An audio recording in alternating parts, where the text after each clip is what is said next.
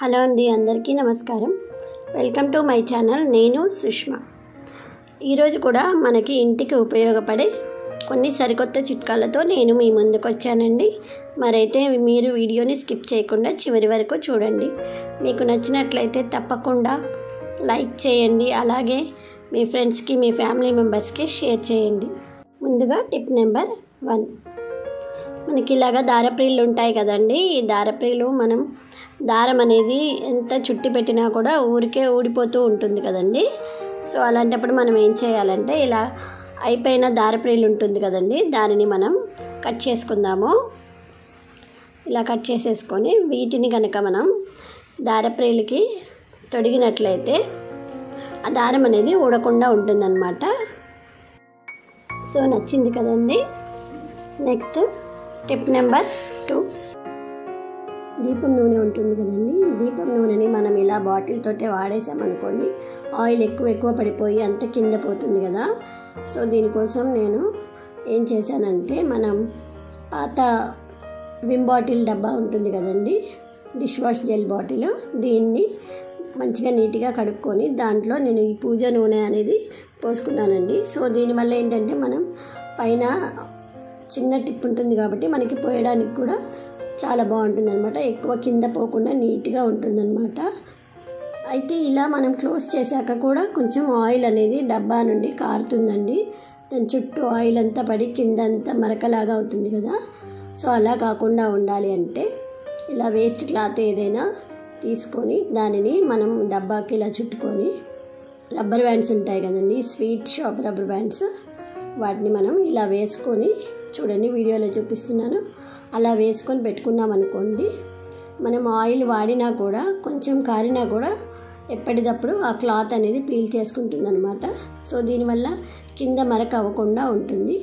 ఆ క్లాత్ని మనం వారానికి ఒకసారి తీసి క్లీన్ చేసుకొని మళ్ళీ పెట్టేసుకున్నామంటే నీట్గా ఉంటుందన్నమాట. సో నచ్చింది కదండి ఇది. Next tip number 3. కొంచెం చినిగిందనమాట, కింద హోల్ పడిందండి. దీనిని కూడా మనం చక్కగా ఇంటికి ఉపయోగకరంగా మార్చుకోవచ్చండి.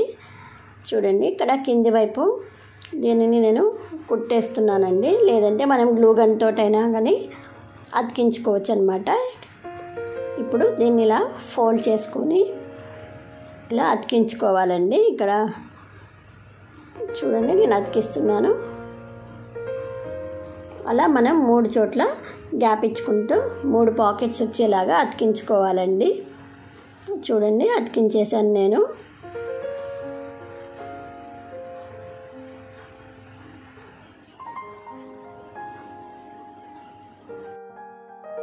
సో ఇక్కడ మనకి కావాలంటే ఈ పాకెట్స్ హైలైట్ అయ్యేలాగా మనం లేస్ కానీ ఏదైనా అతికించుకోవచ్చండి. ఇక్కడ నేనేం అతికించట్లేదండి ప్రస్తుతానికి. ఇలా బెడ్ దగ్గర పరుపు కింద పెట్టామనుకోండి, చక్కగా మనం ఫోన్స్, తర్వాత ఏసీ రిమోట్ అండి, ఇలాగా మసాలా ఇలాంటివన్నీ మనం పెట్టుకోవచ్చండి. చక్కగా యూస్ చేసుకోవచ్చు అనమాట. నచ్చింది కదండి. నెంబర్ 4. చూడండి, కడాయి బ్యాక్ సైడ్ కూడా క్లీనింగ్ చూపించమని అడిగారండి కొంతమంది, అందుకని చూపిస్తున్నానండి. మా కడాయి చూడండి బ్యాక్ సైడ్ బాగా పట్టేసిందనమాట. ఇది నార్మల్గా తోమితే పోవట్లేదండి. దీనికోసం మనం ఆ కడాయి కన్నా కొంచెం పెద్ద గిన్నెని తీసుకొని మనం దాంట్లో ఒక ఫుల్ నిమ్మకాయ వేస్తున్నానండి. ఆ తర్వాత 1 స్పూన్ సర్ఫ్ వేసానండి. తర్వాత ఒక 2 స్పూన్స్ అంతా వంట సోడా వేస్తున్నానండి.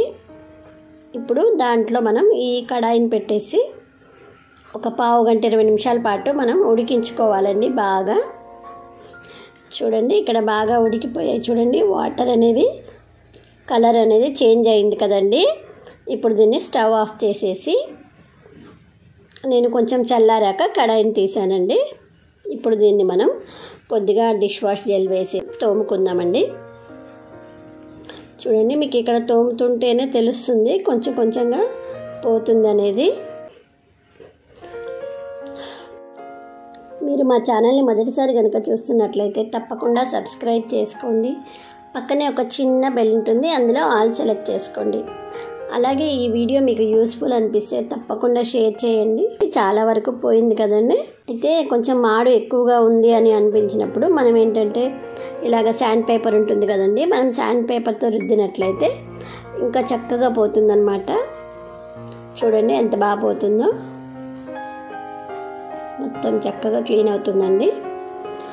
ఈ ఎడ్జెస్లో మనకి ఆ కట్స్లో బ్లాక్గా ఉంది కదండి, అక్కడేమో మనం చాక్ ఉంటుంది కదా, ఆ చాక్ తోటి కనుక మనం తీసేసినట్టయితే చక్కగా క్లీన్ అవుతుందండి.